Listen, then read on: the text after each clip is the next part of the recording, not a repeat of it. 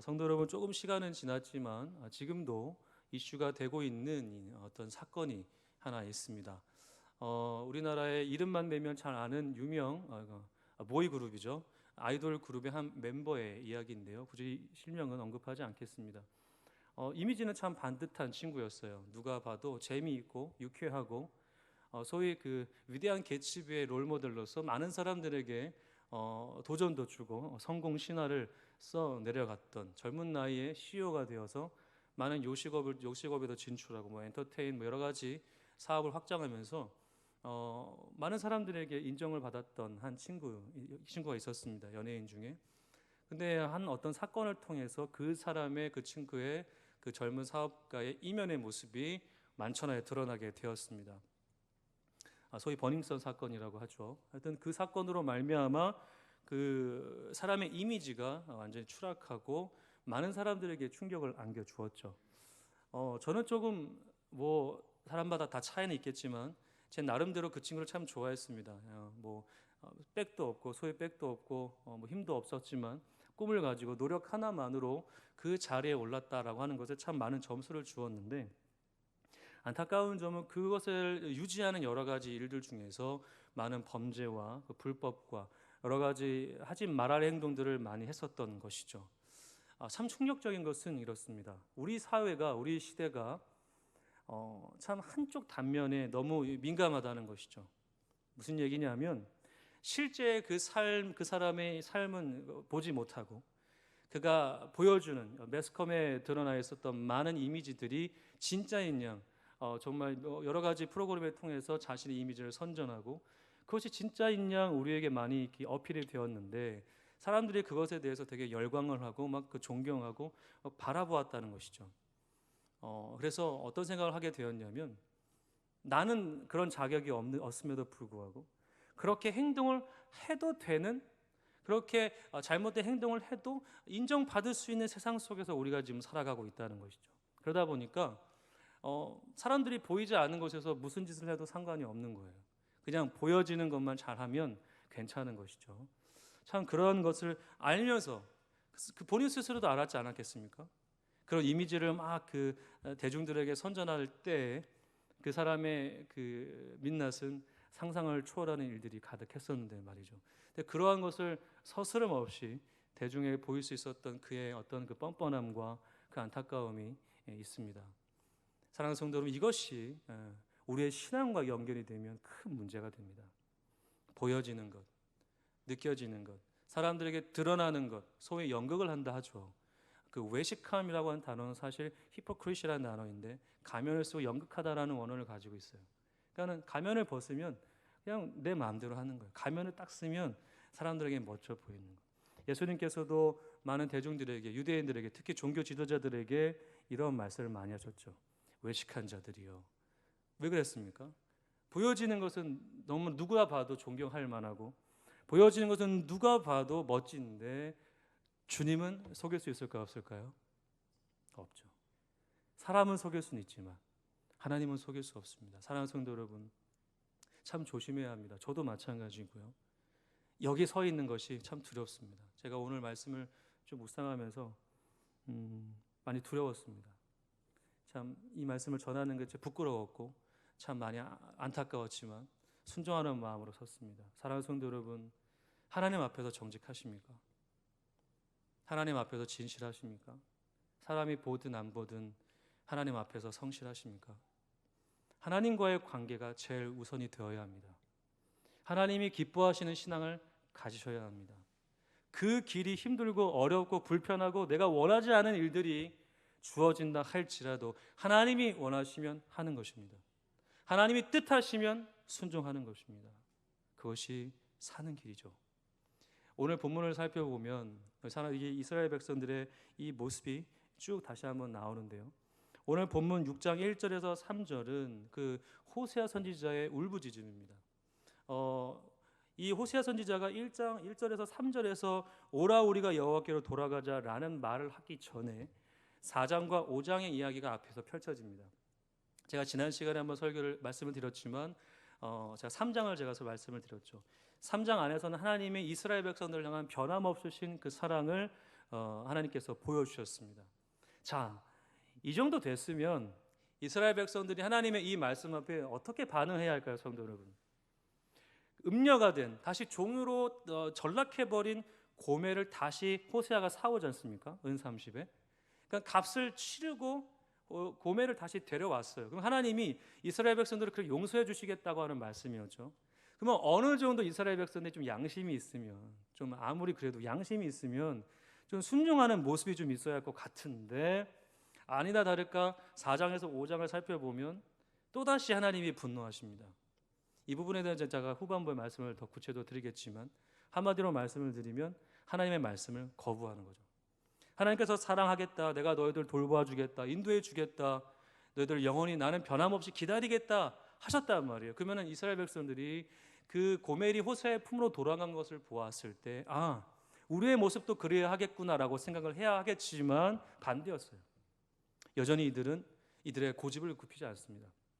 여전히 목이 뻣뻣한 목이 곧은 백성으로 하나님께 일관을 하죠. 그래서 하나님께서 4장과 5장을 통해서 다시 한번 이스라엘 백성들에게 심판의 메시지를 선포하셔요. 근데 그 심판의 메시지의 핵심은 15절입니다. 5장 15절 제가 한번 읽어보겠습니다. 그들이 그 죄를 뉘우치고 내 얼굴을 구하기까지 내가 내 곳으로 돌아가리라. 그들이 고난받을 때에 나를 간절히 구하리라.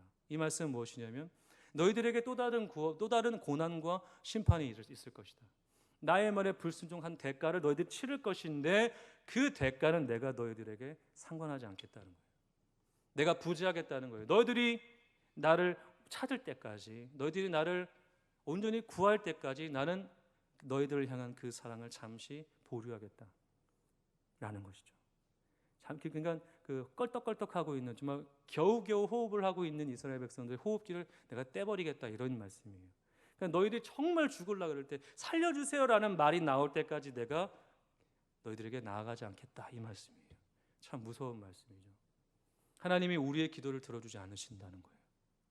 하나님이 우리의 예배를, 우리의 찬양을, 경배를 받지 않겠다. 너희들이 진정으로 나를 찾을 때까지 나는 한 발자국도 움직이지 않겠다. 성도 여러분, 이게 얼마나 무서운 메시지인지 아십니까? 근데 하나님이 이렇게까지 말씀하실 수밖에 없었던 이유가 있겠죠.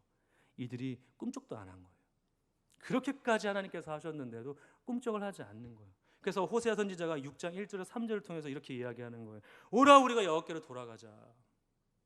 이렇게 울부짖을 수밖에 없는 거죠. 왜요? 하나님이 움직이지 않으신다고 하는데, 하나님이 더 이상 너희들에게 나아가지 않겠다고 하시는데, 그러면 우리가 어떻게 해야 되겠습니까? 하나님 알아서 하십시오. 그냥 나는 내 인생 살겠습니다. 하나님은 하나님 뜻대로 하십시오. 이렇게 해야 됩니까? 잘 됐네. 나는 그냥 내 마음대로 살아야지. 이러면 끝나는 거예요. 그러면 안 되겠죠, 그죠? 그러니까 뭐예요? 우리가 가자는 거예요. 하나님이, 그러니까 우리가 애를 써야 한다는 거예요. 우리가 돌아가야 한다는 거예요. 근데 그 이유가 무엇이냐? 우리의 노력 때문이 아니라는 거예요. 호세아 선지자가 뭐라고 이야기합니까? 여호와께로 돌아가자. 여호와께서 우리를 찢으셨으나 뭐 하신다? 도로 낫게 하실 것이요, 우리를 치셨으나 싸매어 주신다. 자, 그게 무슨 뭐에 또 간구하는 거예요? 하나님의 인자하심과 사랑에 호소하는 거죠. 우리가 부족하다, 우리의 노력으로 하나님의 마음을 돌리는 게 아니라 우리가 돌아가려고 할 때 하나님이 우리를 불쌍히 여겨주실 것이다라는 거예요. 그러니까 앞전에 하나님께서 나는 너희들에게 부지하겠다, 너희들의 말에 응답하지 않겠다라는 말의 그 속마음은 하나님 무엇입니까? 너희 나를 찾으면 내가 만나주겠다는 거예요. 만나주겠다. 하나님은 변함이 없으셔요. 믿으십니까? 어제나 오늘이나 내일이나 이후나 하나님은 동일하십니다. 근데 문제는 우리예요. 우리. 그 동일하신 하나님 앞에 우리가 어떻게 해야 하느냐? 돌아가야 한다는 거예요. 이 돌아간다라고 하는 의미는 원래 자리로 돌아간다는 뜻이에요. 원래 있어야 될 자리. 그러니까 이 고멜로 빗대서 하면 고멜이 있어야 하는 자리는 어디예요? 호세아의 품이죠. 다른 남자의 품이 아니라, 돌아가긴 돌아가는데 다른 남자의 품으로 돌아가면 안 되겠죠. 하나님의 품으로 돌아가야 한다. 그러니까 하나님의 기준에 서 있어야 한다, 이 얘기예요. 주님께로 돌아가. 그렇게 하려고 하면 우리를 낫게 하시고 싸매어 주실 것이다. 이틀 후에 우리를 살리시며 셋째 날에 우리를 일으키시리니 우리가 그의 앞에서 살리라. 이 말은 완전히 회복해 주시겠다는 거예요. 에이, 너희들이 이렇게 했으니까 내가 너희들 한 만큼 내가 봐줄게, 이게 아니라는 거예요. 비록 우리가 죄를 범했고 하나님의 마음을 상처를 주었지만 우리가 다시 아버지의 품으로 돌아가려고 한다면 완벽한 회복을 약속해 주시는 거예요. 저기 종의 모습으로부터 다시 아들의 모습으로 올 때까지 이게 아니라 원래 있었던 자리로 오려고 한다면 너의 상황에 상관이 없이 내가 너희를 완벽하게 회복해 주겠다. 3절에 무엇입니까? 그러므로 우리가 여호와를 한 번 더 이야기하죠. 여호와를 알자, 힘써 여호와를 알자. 그의 나타나심은 새벽빛같이 어김없나니 비와 같이 땅을 적시는 늦은 비와 같이 우리에게 임하시리라. 하나님 어떤 분이시라는 거예요? 새벽빛같이 어김없다. 그러니까 동일하신 분이라는 거예요. 밤이 지나면 아침이 오고 아침이 오면 밤이 오듯이 누가 부인할 수 없는 사실이잖아요. 그러니까 하나님이 그렇게 동일한 모습으로 우리에게 나타나 주신다. 땅을 적시는 늦은 비와 같이 그 땅을 회복시키고 그 땅에 열매를 맺게 하는 그 비와 같이 너에게 임하시는 그 하나님 앞에 나아가자. 그분을 알자. 어떻게? 아주 친밀하게 알자. 여기서 알다라는 말이 야다 이런 말인데요. 히브리어로. 그러니까 그냥 친구의 그런 알미 아니라 부부와의 관계, 부부에게 몸과 몸이 하나 된 관계, 함께 사는 관계, 이게 친밀한 관계. 그러니까 하나님을 알되 돌아가되 그냥 대충 돌아가는 게 아니라 어떻게 돌아가야 한다? 완벽하게 그분을 알기 위해서 노력하고 찾아야 한다는 뜻이에요. 그러면 우리 하나님께서 정말 이 새벽빛같이 늦은 비와 같이 우리에게 임해 주신다. 그러니까 우리를 언제나 먹이시고 입히신다라는 것이죠. 근데 하나님 이렇게 해주시는데 더 노력을 해야 된다 이런 말을 하고 있는 게 아니잖아요. 호세아는 이미 하나님은 동일하신데 우리가 그렇게 하면 하나님께서 그 동일하심을 우리에게 온전하게 허락해 주신다 이 말이에요. 그래서 제가 오늘 설교의 말씀은 이것을 전하려는 게 아닙니다. 자, 호세아의 절규가 있었죠, 그죠? 3장으로 시작한 하나님의 은혜의 선포가 있었으나 4장, 5장을 통해서 깨졌어요 또. 그래서 호세아가 하나님이 그렇게 말씀하신 안 되겠다 싶어가지고 다시 한번 이야기합니다. 자, 이렇게 되면 제가 또 한번 반복해서 말씀드리는데 이스라엘 백성들이 어떻게 해야 할까요, 성도 여러분? 좀 알아먹어야 되겠죠, 그죠? 이 정도가 되면 좀 이제는 좀 귀 어두운 것 좀 이렇게 좀 해가지고 좀 알아들어야 할 텐데 그렇지 않아요. 제가 오늘 드리고자 하는 말씀은 4절에서부터 11절 말씀입니다. 근데 시간 관계상 4절에서 6절까지만 제가 말씀을 드리고자 하는데요. 자, 그런데 4절에서 11절까지의 말씀은 하나님의 절규입니다. 앞절은 호세아의 절규였다면 이제는 하나님의 절규가 정말 하나님이 울부짖으세요. 울부짖으셔. 어떻게 울부짖으세요? 도대체 왜 이렇게 말을 안 듣니? 이러시는 거예요. 지금. 이렇게까지 내가 얘기하지 않느냐, 사랑하는 백성들아, 사랑하는 자녀들아, 사랑하는 아들아, 딸아, 내가 이렇게까지 하지 않느냐? 도대체 어떻게 내가 너희들에게 더 얘기를 해야 알아먹겠니? 내 마음을 이렇게 몰라주니 너희들 이러시는 거예요. 지금 하나님이 화를 내시는 게 아니에요. 통탄하시는 거예요. 통탄. 그냥 화낼 힘도 없으세요. 우리 하나님이 그냥 진짜 울부짖으시는 거예요. 도대체 너희들 왜 그러니? 뭐 때문이니? 하나님이 울부짖으시는 거예요. 근데 저는 이 장면에서 참 감사한 게 있어요, 성도 여러분. 제가 정말 깊게 하나님께 감사했던 게 뭐냐면 사실 이쯤 되면 하나님이 굳이 이런 말씀 안 하셔도 되죠. 얘네들은 정말 가망이 없다. 근데 포기하실 수 있잖아요. 이쯤 되면, 그죠? 이런 말 안 하셔도 되잖아요. 너희들 왜 그러니? 도대체 어떻게 할 거니? 이런 말 하실 필요가 있을까, 하나님이? 그냥 심판해버리면 되잖아. 아예 그냥 얘들이 이 백성들을 물리치실 수 있으시잖아요, 하나님이. 근데 지금 무슨 얘기 하시는 거예요? 하나님의 마음을 다시 한번 보여주시잖아요. 이 하나님의 모습에, 이 인격 속에 담겨있는 의미가 무엇입니까? 죽이겠다 이 말씀입니까? 너도 완전히 내가 진짜 멸망시켜버릴 거야. 이러려면 아예 이런 말도 안 하죠. 무슨 얘기예요? 돌아오라는 이야기죠. 하나님이 지금 심장을 꺼내 보여주시는 거예요. 내 마음이 이렇다는 거예요. 너희들 도대체 이러는 거야. 너희들 왜 내 마음을 이렇게 아프게 하니? 울부짖으신다는 거예요. 크게 두 가지 하나님의 절규가 여기 담겨 있습니다. 오늘은 이 말씀을 드리고자 해요. 사랑하는 성도 여러분, 하나님이 주시는 이 두 가지의 울부짖음에 한번 귀를 기울였으면 좋겠습니다. 하나님이 첫 번째로 말씀하시는 절규, 하나님의 절규는 바로 무엇이냐? 인애를 회복하라는 거예요. 인애. 자, 4절 말씀을 다 같이 한번 읽어볼까요? 시작. 에브라임아 내가 내게 어떻게 하랴, 유다야 내가 내게 어떻게 하랴, 너희의 인애가 아침 구름이나 쉬 없어지는 이슬 같도다. 아멘. 여기 보시면 이스라엘 백성들에게 하시는 말씀이 아니죠. 에브라임과 유다가 나옵니다. 그죠? 유다들 말하는 남유다.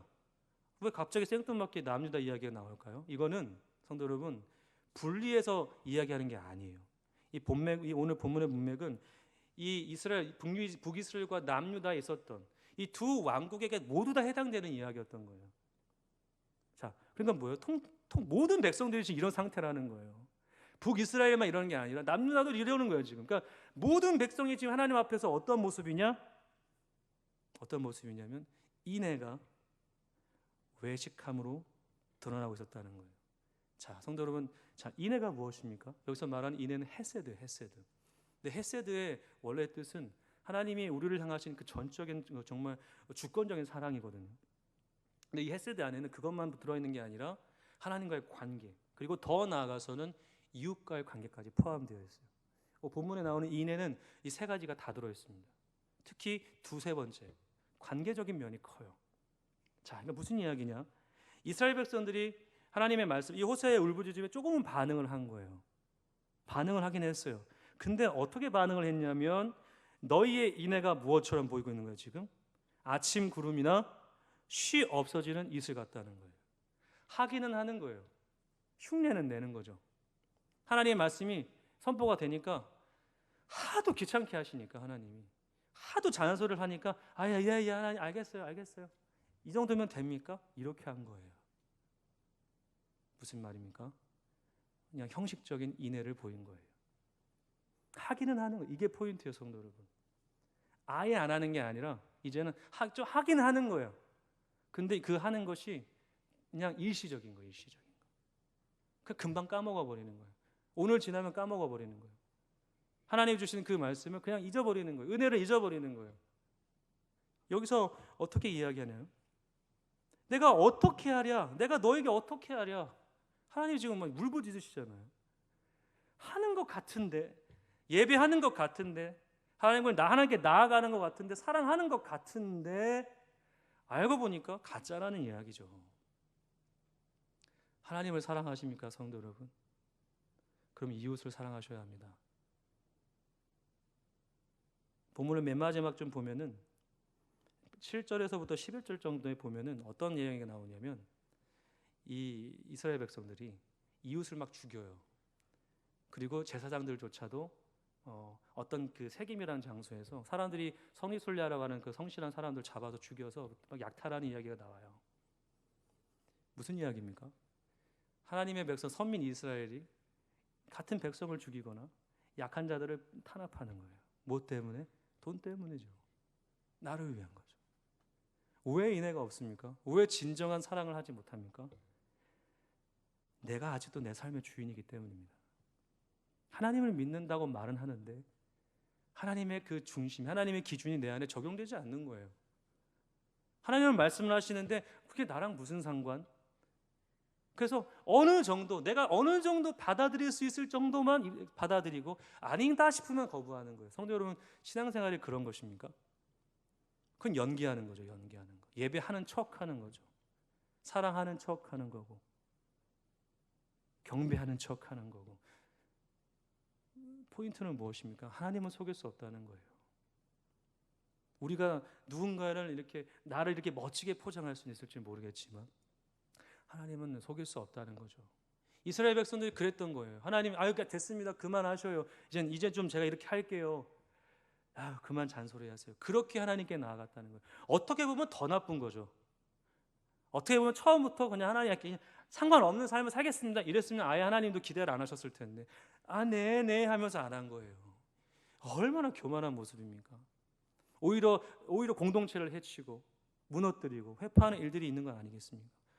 내 자신이 여전히 내가 복음을 섬기고 있는 거예요. 하나님이 주신 그 기준, 하나님이 주시는 그 말씀을 내가 온전히 붙들기보다 불편하면 버리고 달면 삼키고 그러다 보니까 하나님이 어떻게 하셨다는 거예요? 5절 말씀을 주시잖아요. 그러므로 너희들이 이랬으니까 내가 그렇게 이야기했는데도 너희들이 말을 안 들으니까 내가 어떻게 했다는 거예요? 내가 선지자들로 그들을 치고 내 입의 말로 그들을 죽였노니 내 심판은 비처럼 나오느니라. 너희들이 지금 나를 가지고 장난쳤지. 내가 어떻게 했다는 거예요? 내가 너희들에게 말씀을 전했는데, 선포했는데, 그 말씀이 어떤 말씀이다? 선지자가 전한 말씀과 내 입의 말과 같다. 여기서 우리가 주목해야 하는 그 단어는 선지자들로 그들을 치고, 선지자라는 단어가 나비인데, 이 나비의 원어는 그 물이 팔팔팔팔 끓는 모습을 표현합니다. 그러니까 선지자들은 말이죠, 정말 하나님의 말씀을 전하지 않으면 이 속에서 열불이 나는 사람들이었던 거죠. 근데 그 열불이 나는 심정으로 전하는 말씀이 부드러운 말씀이었겠습니까, 성도 여러분? 아니죠. 강한 말씀이었죠. 치다라고 하는 단어는 그 어떤 그 돌을 자르다, 절단하다 이런 뜻이에요. 그러니까 아예 그냥 딱딱 자르는 말씀이었다는 거예요. 선지자들을 통해서 하나님 하신 말씀, 아모스, 미가야, 호세야, 이런 모든 예레미야 이런 사람들이 선포했던 모든 말씀들은 당시에 사람들의 가슴을 후벼 파는 말씀이었다는 거예요. 그냥 좋은 게 좋은 거고 아니면 아닌 거 이런 게 아니라 기명기고 아니면 아닌 옳고 그름이 분명한 하나님의 말씀이었다라는 거예요. 그리고 더 나아가서 내 입의 말로 그들을 죽였노니 내 심판은 비처럼 나온다. 무슨 말씀입니까? 하나님께서 이제 내 말로, 내가 직접 전한 말로 그들을 죽였다. 대꾸법이죠. 똑같은 말씀이에요. 죽인다라는 단어는 무엇입니까? 죄인을 처단하다 이런 뜻이거든요. 그러니까 하나님이 내가 너희들 죄를 도말하기까지, 너희들이 정말 가슴이 찢어지고 죄를 뒤집어 쓸 정도의 말씀을 선포하셨다는 거예요. 이제껏. 근데 이들이 들었다 안 들었다? 안 들었다는 거예요, 성도 여러분. 하나님이 이렇게까지 말씀하셨다는 거예요. 설득도 해보고 이런 방법도 써보고 저런 방법도 써보고 다 안 들으니까 회개의 말씀, 완전 우리의 심령을 뒤집어 버리는 말씀까지도 전하셨다. 근데 그들이 돌이키지 않았던 거예요. 하나님의 말씀의 핵심은 그냥 하나였어요. 후기 이스라엘 왕정의 시대의 후기는 하나님 메시지는 어떻게 보면 하나예요. 여호와께로 돌아오라는 거예요. 돌아오라. 너희 원래의 자리로 되돌아오라. 그거 하나밖에 없어요. 핵심은. 근데 안 들어요. 안 돌아가는 거예요. 안 돌아가는 이스라엘 백성들의 마음의 심리는 무엇입니까? 하나님보다 뭘 더 사랑하는 거죠? 나의 쾌락, 부와 명예, 지금 누리고 있는 여로보암 2세 때 누리고 있는 이 명예와 정말 이 풍성한 이 부강함. 아니 하나님 지금 보여주는 게 지금 내 눈앞에 보여지고 있는 이 물질. 와 이거 진짜 이거 두고 제가 어떻게 주님께로 돌아갑니까? 이 정도 신앙생활 해도 괜찮은데 아무도 뭘 안 하잖아요. 저 사람도 저렇게 신앙생활하고 저 사람도 저렇게 신앙생활 하는데 내가 도대체 뭐 이렇게 회개하면서 마음을 통해하면서 하나님께 돌아가야 합니까? 대세가 분위기가 하나님 없어도 된다는 분위기 아닙니까? 좋은 게 좋은 게 아닙니까? 하나님 지금 이러고 있는 거죠. 성도 여러분 맞습니까? 그렇게 신앙생활 하는 게 맞냐고요? 아니죠, 그죠? 아니란 말이죠. 하나님은 하실 일을 다 하셨습니다, 성도 여러분. 지금도 마찬가지예요. 이 시대에도 하나님이 하실 일은 하나님이 다 하고 계세요. 우리가 듣지 않을 뿐입니다. 믿음은 뭐에서 나죠? 들음에서 나고, 들음은 누구의 말씀이요? 하나님의 말씀으로. 근데 귀를 닫아버리면 돌이킬 수 없습니다. 그럼 성도 여러분, 왜 우리가 듣지 못할까요? 좀 전에 제가 앞전에 말씀드렸다시피 우리가 우리의 삶의 중심이기 때문인데요. 근데 그것에 대한 좀 더 구체적인 이유가 두 가지 정도가 있어요. 우선적으로는 이 시대는 바른 말씀이 선포가 안 되는 것이겠죠. 강단에서, 예배 안에서 정말 우리가 들어야 할 말씀이 선포가 안 되는 것이지 않겠습니까? 성도님들의 구미에 맞는 말씀이 아닌, 내가 골라 먹을 수 있는 말씀이 아닌, 말씀되는 말씀이 선포되지 않기 때문 아니겠습니까? 제가 이 부분에도 참 마음이 아팠습니다. 나는 도대체 무슨 이야기를 하고 있는 것인가? 내 생계를 유지하기 위해서 말씀을 전하는 것인가? 전해야 할 말씀을 타협하고 있지는 않는가? 내가 부교육자니까? 내가 정말 어떤 능력이 없으니까? 그것을 다 떠나서 내가 하나님 앞에 섰을 때, 제가 하나님 앞에 섰을 때, 이 말씀 앞에 섰을 때 저는 어때야 할까요, 성도? 최소한 내가 내 자신은 봐야 되지 않겠습니까? 그래서 저는 정말 두려웠습니다. 나는 진짜인가? 진짜 말씀을 전하고 있나? 너무 마음이 아팠어요. 울지 않을 수 없었어요. 너무 떨리는 마음입니다. 두 번째로는 무엇입니까? 성도님들이 듣고 싶어 하지 않는 거겠죠. 전하는데 변하지 않는다면 우리가 들으려 하지 않는 겁니다. 왜 안 들으려 하십니까? 왜 아니라고 자꾸 부인하십니까? 진정한 인내를 못 하시고 계시잖아요. 하나님 앞에서 속이고 계시잖아요. 그게 없으십니까? 제가 막 책망하는 게 아니에요. 하나님 무엇입니까? 나를 사랑한다 말한다면 최소한 사랑하는 자녀들아, 나를 사랑하는 것처럼 교회를 사랑해야지. 내가 내 몸을 사랑하는 것처럼 이웃을 사랑해야 되지.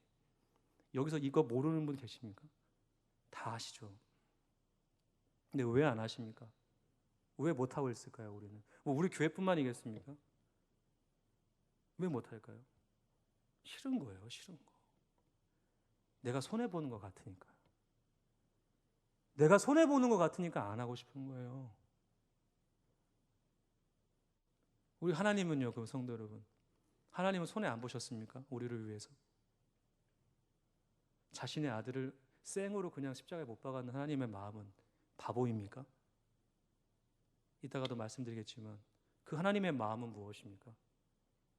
그냥 하나님 복 주시옵소서 그 한마디면 다 되는 것입니까? 아니죠. 못하고 있음에 대한 최소한의 인정은 있어야죠. 그죠? 하나님, 제가 그러지 못하고 있습니다. 연극은 최소한 하지 말아야죠. 안 되고 있으면 안 된다고 하나님께 울부짖어야죠. 그게 진짜 아닙니까, 성도 여러분? 하나님 사랑하고 싶은데 안 돼요. 노력하는데 안 됩니다. 최소한 이런 울부짖음이라도 우리에게 있어야죠. 근데 안 하잖아요, 그것도. 안 하잖아요. 그러면 뭐가 문제입니까? 우리가 잘못 가고 있는 거겠죠, 성도 여러분. 하나님이 지금 울부짖으시는 거예요. 제발 좀 돌아오라고. 진정한 인애를 회복하라는 거예요. 내가 너희들을 그렇게 용서하지 않느냐? 내가 너희들을 그렇게 봐주고 있지 않느냐? 용서를 구하면 내가 용서해 주지 않느냐? 그런데 왜 너는 용서하지 못하느냐? 왜 품어주지 못하느냐? 왜 울부짖지 못하느냐? 아닌 척하고 있느냐? 나는 괜찮은 척. 하나님, 저는 아닌데요. 왜 그러고 있느냐라고 하시는 거예요. 사랑하는 성도 여러분, 우리 모두 이 부분에 대해서 회개해야 합니다. 두 번째로 하나님이 우리에게 원하시는 울부짖음이 무엇이냐? 예배 회복이에요. 예배 회복. 자, 6절을 보면 나는 인애를 원하고 무엇을 원하지 않으신다? 제사를 원하지 아니한다. 번제보다 하나님을 아는 것을 원한다.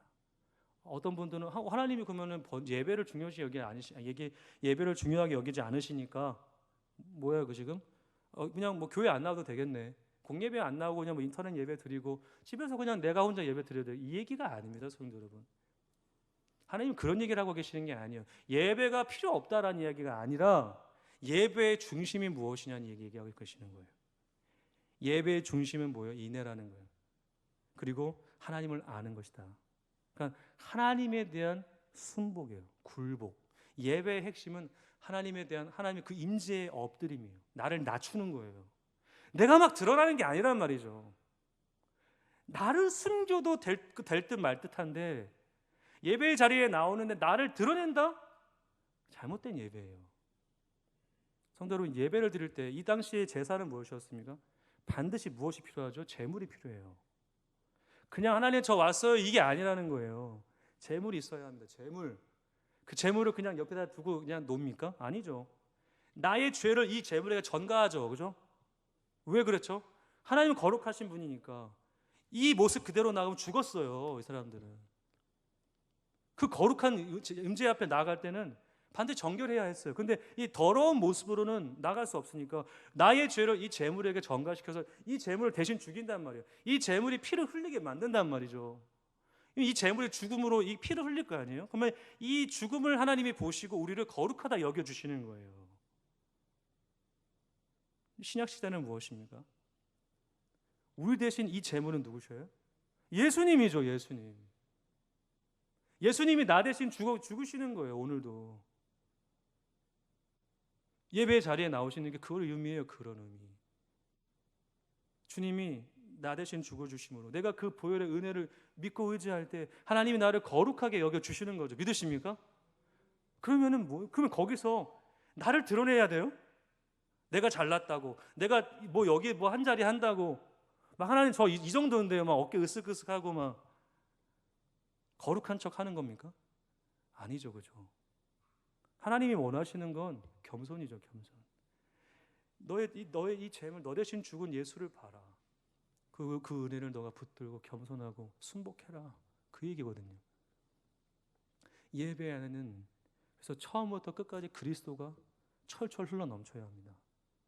성도님들의 처음 예배 자리에 나오시는 그 순간부터 찬양하고 경배하고 예배 순서가 마치고 더 나아가 식탁의 교제까지 나아가실 때까지, 그리고 더 나아가서 성도님들 삶의 자리에 나가셔서까지 그리스도의 보혈의 은혜를 내 가슴 깊이 채워놓고 날마다 그 주님의 은혜를 붙들면서 살아가는 것이 예배란 말이죠. 예배. 근데 무엇입니까? 삶은 아무 의미 없어. 하나님과 관계없어요. 하나님은 온데간데 없고 그냥 주일만 양복 딱 입고 머리에 기름 바르고 성경책 가지고 딱 나오면은, 물론 다 그런 건 아니죠. 다 그렇다고 생각하지는 않습니다. 그런데 그 모습이 하나님이 원하시는 모습이 아니죠. 그래서 다윗이 뭐라고 이야기했습니까? 시편 51편. 하나님이 원하시는 제사는 상한 심령이라 그랬어요. 상한 심령. 애통하는 마음. 오 하나님, 그 마음이 뭐예요? 나는 하나님을 예배할 수 없는 죄인입니다. 그 얘기 아닙니까? 그런데 어찌하여 나를 받아주십니까? 오늘도 어찌하여 나에게 주의 말씀을 들려주십니까? 내가 무엇이간데 나 대신 죽으신 주님의 은혜가 아니면 설 수 없음을 내가 고백할 수밖에 없는 연약한 죄인입니다. 주여 이런 나를 받아주시옵소서. 이 참혹한 자를 불쌍히 여겨 주시옵소서. 가슴을 찢는, 심령을 찢어버리는 그런 은혜가 예배 안에 있어야 한다는 이야기입니다. 없다면 교회 탓하는 게 아니에요, 성도 여러분. 지금 저는 교회를 막 뭐라고 싸잡아서 이야기하는 게 아니라 개개인과 하나님의 관계, 예배를 말씀드리는 거예요. 교회 분위기가 어떤 이런 얘기하는 게 아니란 말이죠. 성도님들이 하나님을 향한 예배를 한번 보십시오. 생각해 보세요. 저도 마찬가지죠. 하나님, 제가 예배할 수 있는 자입니까? 그럴 수 없는 자였잖아요. 이렇게 추악한 자가 어찌하여 주의 이름을 부를 수 있겠습니까? 빛으로 나아가는 자가 어찌 나의 어둠을 보지 못하겠습니까? 은혜를 향하여 나아가는 자가 어찌 나의 이 추악함을 보지 못하겠습니까? 성도 여러분, 어찌하여 예배하는데 회개 한번 하지 못합니까? 우리가 성도님들의 입술에서 어찌하여 참 탄식하는 소리가 들리지 않습니까? 우왕좌왕하고. 성도 여러분, 찬양에 집중해 주십시오. 인도자가 이런 얘기까지 해야 합니까? 사랑하는 성도 여러분, 그런 예배의 자세로는 은혜가 임하지 않습니다. 주의 예배 자리에 나왔을 때는 다른 것 집중하지 마십시오. 나와 하나님만 생각하십시오. 다른 사람 신경 쓰지 마시고, 담소는 예배 끝나고 식사하실 때 하시고, 그 예배가 시작되고 찬양이 나오고 찬양팀이 서서 찬양을 시작할 때 주여 나를 받아주옵소서 라고 하는 그 진짜 간절한 마음을 주님 앞에 구하셨으면 좋겠습니다. 저는 우리 교회가 이런 예배의 은혜가 정말 활활 타올랐으면 좋겠습니다. 사랑하는 성도 여러분, 하나님이 이렇게 우리에게 외치시는 거예요. 사랑하는 자녀들아, 인애를 회복해라. 나를 향한 진정한 예배를 회복해라. 저는 개인적으로 결혼을 못할 줄 알았습니다. 성도 여러분, 갑자기 무슨 말인가 하시겠지만 저는 개인적으로 결혼을 못할 줄 알았어요. 왜냐하면 나 같은, 좀 소위 죄송한 말이지만 저도 좀 인본주의적인 생각이 있어서 나 같은 사람에게 누가 결혼할까? 나를 누가 좋아해 줄까? 왜냐하면 이제 저는 목회 길을 가니까 그냥 대충 사람을 만날 수 없잖아요. 그래서 이제 꼭 결혼을 전제로 만났거든요. 근데 되게 부담스러웠나 봐요, 자매들이. 근데 뭐 그럴 수 있겠죠. 근데 이제 그런데 이제 너무 그게 제가 이제 스트레스를 많이 받았어요. 이제 대학원 3학년 때 이제 거의 졸업할 날이 얼마 안 남았을 때였는데 이대로 졸업하면 어떡하지? 막 이런 막 불안감 속에 되게 힘들었었습니다. 그런데 이렇게 고민하고 있는 와중에 제 동기가 저한테 이런 얘기를 갑자기 뜬금없이 하는 거예요. 희주야, 내가 아는 그 잠이 있는데 한번 만나볼래? 그러는 거예요. 제가 가서 뭔 소리야? 그냥 싫어 그랬는데 너무 간곡하게 이야기를 하길래 제가 알겠다고 말을 했습니다. 자, 그런데 이 중간에 어떤 일이 있었어요. 무슨 일이냐면 제가 결혼하기 전에 너무 소위 말하면 좀 어떤 사람에게 실망을 많이 했어요. 그러니까 쉽게 말하면 잘 있다가 제가 목사라고 하는 것 때문에 자기랑 저랑 결혼하면 사모가 돼야 되잖아요. 그것 때문에 그게 딱 걸려가지고 이제 딱 관계가 끊어진 일이 있었습니다. 그러니까 저는 그래서 하나님께 이렇게 되게 화가 났어요. 하나님, 아니 제가 목회하자고 제가 원했습니까? 하나님이 여기 떠민 거 아닙니까? 하나님이 가라고 저렇게 떠밀어가지고 저기 서서 이렇게 신학도 하고 있고 늦게 신학도 하고 있고 제 나름대로 막 몸부림치는데 이것까지 막으시면 저 어떡합니까? 막 제가 막 엄청 스트레스를 받아가지고 하나님께 막 화를 낸 적이 있었어요. 그래서 하나님께 이렇게 기도를 했습니다. 하나님, 제가 안 되겠습니다. 도저히 안 되겠습니다. 제가 하나님께 세 가지 기도를 했어요. 첫 번째로는 제가 원하는 이상형 다 제쳐두고 하나님이 계획하시고 준비하신 사람을 제게 주시옵소서. 근데 두 번째, 그런데 그 사람이 저를 사랑하고 저의 목회를 사랑해주는 사람이었으면 좋겠습니다. 세 번째, 그리고 그 사람의 부모님도 저를 사랑해 주시고 제가 하는 일에 기도로 이렇게 후원해 주실 수 있는 분들이면 좋겠습니다. 그러니까 솔직히 말씀 좀 부끄러운 이야기지만 전 하나님께 이런 기도를 한 번도 한 적이 없습니다. 그냥 결혼할 수 있을 줄 알았어요. 왜냐면 제가 좀 잘생겼잖아요. 죄송합니다. 무리를 일으켜서. 저 정도, 나 정도면 줄을 설 줄 알았는데 교만했던 거죠. 그래서 한 번도 제가 결혼에 대해서 기도를 안 했어요. 그래서 하나님이 그 일로 인해서 저를 완전 확 꺾으신 거죠. 그래서 하나님 안 되겠습니다. 꼭 하나님이 그렇게 하시더라고요. 저를 몰아붙이시더라고요. 그래서 그렇게 기도를 했어요. 그리고 근데 갑자기 제 마음속에 평안함이 확 임하는 거예요. 그렇게 기도한 지 5분도 안 됐습니다. 그래서 응답인가? 라고 생각을 하고 에이 몰라 하고 일어나고 이제 제가 소래교회에서 기도를 하고 나왔는데 걸어 내려가면서 하나님께 그랬어요. 하나님, 이 평안함이 하나님이 주신 응답이라면 이 기도 이후에 만나는 그 사람을 제 사람이라고 믿고 정말 제가 열렬히 아무것도 바라지 않고 그 사람을 사랑하겠습니다. 그랬거든요. 그러고 소개팅이 들어온 거예요. 안 만난다고 했는데 그쯤 간곡히 부탁해서 그래서 딱 사진을 딱 봤는데 와, 제가 한 번에 반해버린 거죠. 그 사람이 지금 제 아내입니다. 지금 제 한샘이에요. 그래서 그래서 몇 번 만나지도 않았어요. 10월 말쯤에 만나서 한 2, 3주 교제하다가 바로 결혼 날짜를 잡았죠. 그리고 그래서 10월 말쯤에 만나서 1월 말에 내년 다음 1월 말에 결혼했습니다. 거의 석 달 정도밖에 안 된 거죠. 기적이었습니다. 저에게는 기적이었습니다. 근데 이 저희 결혼의 스토리 가운데 가장 핵심은 무엇이었냐면 물론 제 아내를 너무나 사랑했지만 하나님 앞에 그 부분까지 제가 내려놓진 않았던 거예요. 에이 뭐 그 정도는 찬양도 잘하고 잘생기고 뭐 이 정도 사역차면 뭐 이 정도 뭐 이런 1등 신랑감이 어디 있어 막. 근데 아니었던 거죠. 아니었던 거예요. 너는 꽝이었다는 거죠. 꽝. 그러니까 그것까지도 하나님이 내려놓으라고 하는 사인으로 들렸던 겁니다. 그렇게 했더니 그냥 일사천리였어요. 만났는데 그 아버님 어머님 다 교회 성실하게 예수님 믿으시는 분이었고 처남도 사역자고 뭐 저희 누나도 사역자고 이렇게 집안 자체가 다 교육자 집안이에요. 그리고 아내는 저를 만나기 전에 유학을 갈 준비를 하고 있었는데 갑자기 그게 부산돼 가지고 잠깐 쉬고 있는 텀에 저를 만난 거였어요. 참 기가 막히죠. 그러니까 그것도 진짜 은혜죠. 제 입장에선 그렇습니다. 하여튼 그래서 하나님 앞에서 제가 너무 감격했었던 일이 있었어요. 제가 무슨 말씀을 드리고자 하는 것이냐면 모든 것들이 내 뜻과 내 상황 속으로 흘러갈 것 같지만 하나님께 나아가는 것이 가장 빠른 방법이라는 것입니다.